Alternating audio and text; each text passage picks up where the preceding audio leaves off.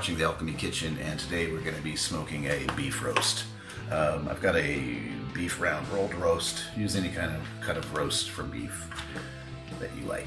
And this is about 2.5 pounds. It's a real simple recipe, really. We're going to need about 2 cups of beef broth to inject it with, and some sort of injecting needle. This is actually just one of these disposable ones that comes with an injecting kit. You can buy nicer ones. I'll put a link below. One little trick with this, though, the rubber seal around here, if you just spray it with some cooking spray or some olive oil, that'll make it last a lot longer and it works a lot better. For seasoning, very simple: 3 tablespoons of onion powder, 3 tablespoons of garlic powder, and salt and pepper to taste. And finally, we're going to need some good beer. When we inject the beef, that's going to put the salts and the fluid inside to keep it moist so it's not super dry. And basically we're going to just inject as much of this beef broth as we can into it until it's spilling out, basically. And then we're going to coat it with the salt, pepper, garlic, onion powder. And then we're going to pour beer. And we're going to put it in some kind of, if you have an aluminum pan or a cooking pan, we're going to keep it in there to keep all the moisture in with it. So first, let's get started with injecting the meat. Alright, so now I'm just going to get as much of this beef broth into the meat as I can.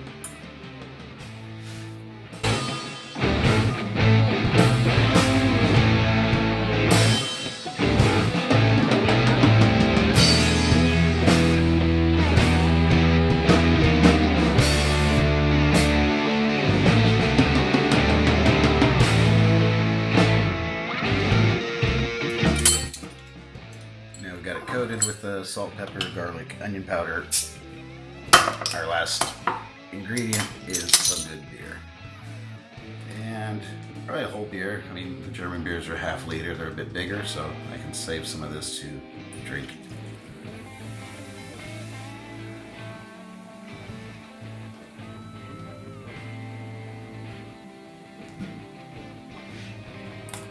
And that's it. Now we got to go get the smoker fired up, and this, I'm going to assume, will take about 5 hours. So next you're going to want to preheat your smoker to about 230 degrees Fahrenheit, which is 110 Celsius. I'd recommend getting one of these barbecue thermometers. I'll put a link below where you can get them. This one has a remote control that you can carry around, so you don't have to sit and babysit the fire the whole time. And you can also set the temperature. So I set it for an alarm to go off when it hits 230. And it's also going to give you like a alert if it gets too hot or too cold. So they're really useful, and it also has a meat probe. This is getting pretty close to temperature. It's going up pretty fast, I think. So I'm going to go ahead and already throw my beef on. In the firebox, I've just got some lump charcoal, some charcoal briquettes, and in this little metal smoker box, I filled it with mesquite chips. Mesquite. So that's it. I'm going to go ahead and get this thrown on. And once I get it up to temperature, I'm going to check on it maybe like every hour and give it a bit of a mop with the fluid that's in the pan. Alright, so once you got it up to temperature, I went a little bit over. You're just trying to maintain that temperature as well as you can. So I closed off my side vents here to bring that temperature down a bit, and I opened up the top vent, and the meat is already inside. And I'm not going to put the probe in yet because I don't have a thermometer on my smoker, so I'm just going to keep it as it is, just the probe in the middle of the smoker to keep an eye on the temperature for the first hour and make sure I'm maintaining a good temperature.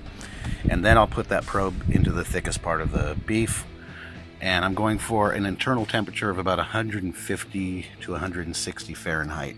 Remember, after it's done and you pull it off the smoker and you wrap it in foil, the internal temperature is still going to rise a few degrees. So I'm going to go for a little bit above 150, I think. But yeah, after an hour or so, I'll go ahead and put that probe into the meat. And yeah, you see this thing's going to beep every time it gets the temperature I set it for, which is really convenient. And yeah, so we'll check back in an hour and then put the probe back into the meat once I'm happy with the temperature of the smoker. Okay, the beef roast has been on for an hour now, and the temperature is perfect. It's staying really close to 230 the whole time. And I gotta say, this remote thermometer, they're awesome. The range is good enough so I can sit in my studio down there and work away without having to constantly worrying about the temperature here. I can just keep an eye on it that way. Anyway, been an hour, so I'm going to go ahead and give it the first basting. It's already looking very nice. And I'll take some of that beer and beef broth and just keep it moist, basically. I'll do this every hour.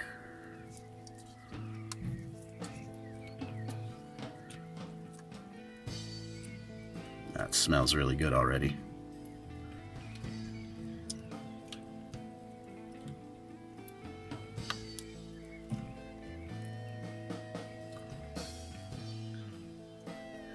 Alright, and since I'm happy with the temperature, I'm gonna go ahead and stick the thermometer, the probe, into the meat.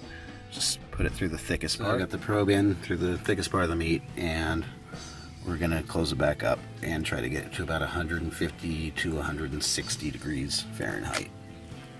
So I'll come back in another 45 minutes or so and also give it another brush with the sauce. So we're about 2 hours in, and the beef is holding at a great internal temperature of 154 Fahrenheit. At this point, I'm not going to touch it. I'm tempted. It's very tempting to open it up and look at it, but I'm just going to leave it right here because it's holding very nicely at this temperature. So I'm going to just gradually bring it up to, probably go to about 158, and then I'll pull it, wrap it up in foil, and let it rest for about 20 minutes. We're about 3 hours in. Temperature's still holding really nicely. So I'm going to go ahead and open it up now. Take a look. And the corn is looking great as well. Very nice golden brown color. We can go a little bit longer and it'll be good. It's been about maybe an hour so far, 45 minutes.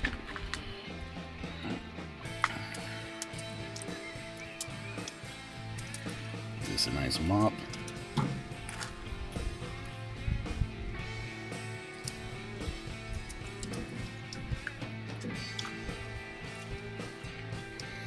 And the temperature internal is 158, which is right where I wanted it. So I'm going to just see how long I can keep it there. By opening the lid, I'm going to probably bring it down a tad bit in the heat, but 3.5 hours, and I've already hit 158 internal temperature. So I'm just going to let it go for another half hour or so at the same, just holding that temperature, and then it's ready to pull. It's been about 4 hours holding the temperature. The last hours at between 158 to 160. It's time to pull it. It looks very good, and the corn is also done.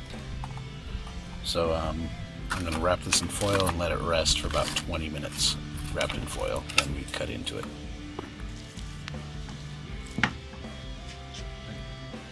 So it's rested for 20 minutes in foil, and now time to slice it. You want to cut against the grain.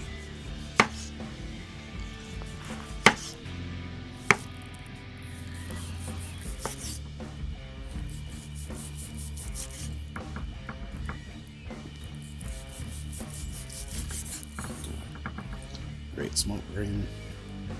Looks good. Let's try it out. Let me try.